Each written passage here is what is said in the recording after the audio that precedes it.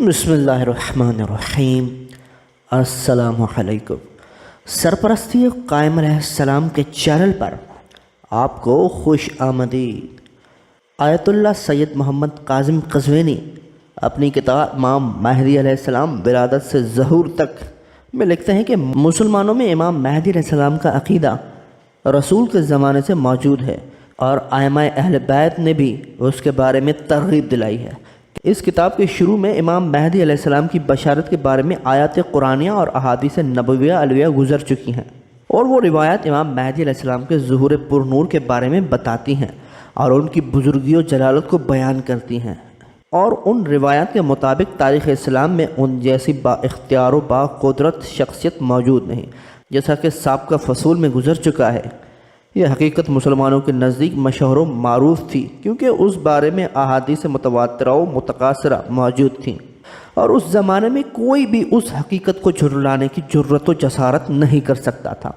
اس عقیدے اور حقیقت کا سہارا لیتے ہوئے گزشتہ صدیوں میں کچھ لوگ ظاہر ہوئے کہ جن کی طرف امام مہدی علیہ السلام ہونے کی نسبت دی گئی، یا انہوں نے خود کو مہدی علیہ السلام کہلوایا۔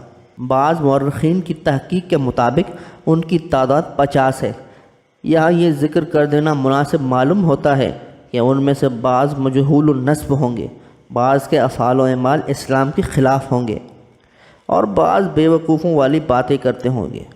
ہم انہیں 3 قسموں میں بیان کرتے ہیں: وہ جن کی طرف مہدی ہونے کی نسبت دی گئی، وہ جنہوں نے حکومت اور مقام حاصل کرنے کی غرض سے مہدی ہونے کا دعویٰ کیا، وہ جنہوں نے استعمار کا اعلیٰ کار بن کر مہدی ہونے کا دعویٰ کیا۔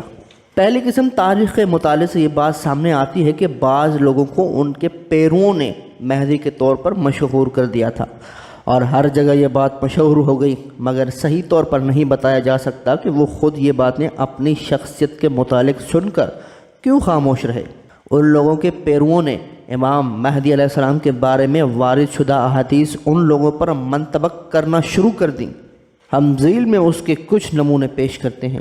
رسول اکرم صلی اللہ علیہ وآلہ وسلم سے مروی حدیث میں موجود ہے کہ مہدی میرے ہم ناموں میں ہوں گے، تو اس حدیث کو مختار کے دوستوں نے حضرت محمد بن علی المعروف ابن حنفیہ پر منطبق کیا اور انہیں مہدی قرار دیا۔ احادیث رسول میں وارد ہے کہ امام مہدی علیہ السلام امام حسین علیہ السلام کی اولاد میں سے ہوں گے، وہ تلوار کے ساتھ قیام کریں گے، اور وہ ایک کنیز کے بیٹے ہوں گے۔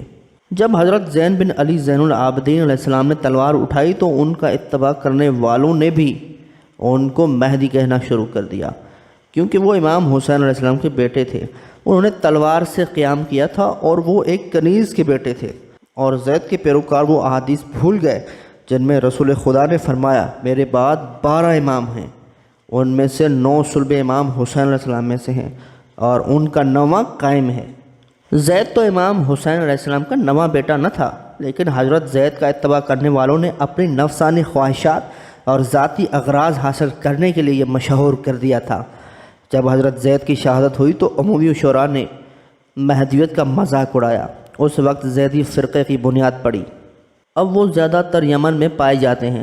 افسوس سے کہنا پڑتا ہے کہ وہ شیعہ مذہب سے ہٹ کر دوسرے مذاہب کی روش اختیار کر چکے ہیں۔ حضرت زین بن علی زین العابدین کے قیام کے کچھ سال بعد حضرت محمد بن عبداللہ بن حسن مثنیٰ پیدا ہوئے تو ہوا پرستوں نے انہیں مہدی مشہور کر دیا اور ایک جعلی حدیث کو ان پر منطبق کر دیا کہ مہدی علیہ السلام کے والد میرے والد کے ہم نام ہوں گے۔ دوسری قسم میں وہ افراد شامل ہیں کہ جنہوں نے حکومت کے لالچ میں مہدی ہونے کا دعویٰ کیا۔ یہ تعداد میں بہت زیادہ ہیں۔ مہدی عباسی بھی ان میں سے ہے۔ اس کے والد منصور نے دعویٰ کیا کہ میرا یہ بیٹا مہدی ہے، جبکہ اس سے پہلے وہ محمد بن عبداللہ کی بیعت کر چکا تھا۔ اس طرح وقت گزرنے کے ساتھ ساتھ یہ خیال مختلف صورتوں میں ظاہر ہوتا گیا، اور ان لوگوں کو قلت حیا پر میرا تعجب ختم نہیں ہو سکتا کہ کیسے وہ علی الاعلان اتنا بڑا جھوٹ بولتے ہیں، حالانکہ وہ جانتے ہوتے ہیں کہ وہ جھوٹ کہہ رہے ہیں، کیونکہ جس مہدی کے بارے میں رسول خدا نے خبر دی ہے اس کی کچھ خاص صفات و خصوصیات ہیں۔ مثلا وہ زمین کو عدل و انصاف سے پر کر دیں گے۔ کیا ان جھوٹوں میں سے کوئی یہ کر سکتا ہے؟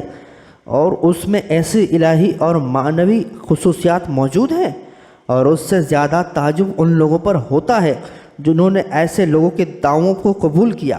اور ان کی خرافات کو تسلیم کر لیا، جبکہ انہیں یہ معلوم تھا احادیث نبویہ ان لوگوں پر صادق نہیں آتی۔ تیسری قسم میں وہ افراد شامل ہیں جنہوں نے استعمار کا اعلی کار بن کر مہدی ہونے کا دعویٰ کیا۔ ہم ذیل میں اس بارے میں تھوڑی وضاحت کرتے ہیں۔ استعمار نے اسلام کو گزن پہنچانے اور مسلمانوں کو ایک دوسرے سے جدا کرنے کے لیے مختلف قسم کے حربے استعمال کیے تاکہ کسی طریقے سے ان کی اغراض فاسدہ پوری ہو سکیں۔ ان کے ایسے حربوں میں مسلمانوں کے بہت سے فرقے بنانا، عقائد دینی میں تصرف کرنا اور لوگوں کے دلوں اور افکار میں کمزوری پیدا کرنا وغیرہ شامل ہیں۔ انہی چالوں میں سے ایک چال جھوٹے مہدی بنانا بھی ہے۔ استعمار نے بعض لوگوں کی تربیت کی ہے، انہیں مہدی ہونے کا دعویٰ کرنے کی ہدایت کی ہے اور مال دنیا سے ان کی مدد کی ہے